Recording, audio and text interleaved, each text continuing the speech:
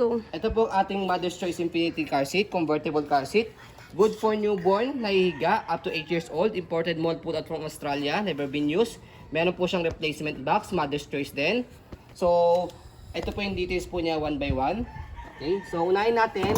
So, pagka pang 4 years old, nakaganyan setup siya. Pag pang newborn, so dyan tayo mag-umpisa sa newborn niya, higang-higa. Up to 3 reclining position. Yung pang-apat niya is baliktad tayo. Yung pang-apat niya, higang-higa. Okay, pangatlo, pangalawa, semi-reclined. And then, pang number 1 is yung pang 4 years old. So, ito yung pang newborn. Pangalawa, semi-reclined. Pangatlo, same din. Medyo nakaupo na siya. And then, yung pinaka number 1 niya, pang toddler na, pang 4 years old. Okay? So, unahin natin sa kanyang pad. So, yung pad niya, combination po ng color, Black. hindi siya black na black. And then, color gray. So, meron siyang headrest and then body. Pang newborn. Kapag toddler na si baby, pwede nyo na po yung tanggalin para hindi na siya mahirapan o masikipan kapag nakaupo o nakahiga na po siya. Okay? So, next natin sa kanyang belt lock. Ayan, safe na safe po yan. Wala po siyang putol. Ayan. And then, yung kanya pong headrest, na-adjust po siya hanggang 10 position.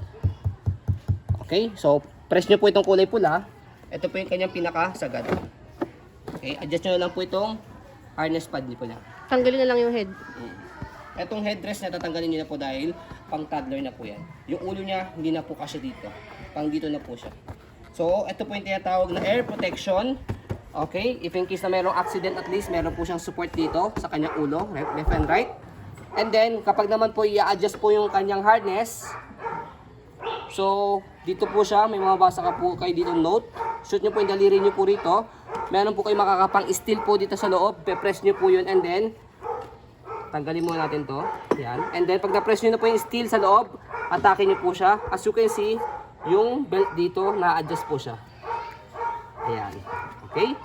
Yan, lumuwag na siya. So, kapag itatight po ninyo, atake nyo lang po ito. Ayan. Okay? So, next natin yung kanyang body frame sa left side. Ayan yung color niya. Wala po siyang faded, wala po siyang discoloration.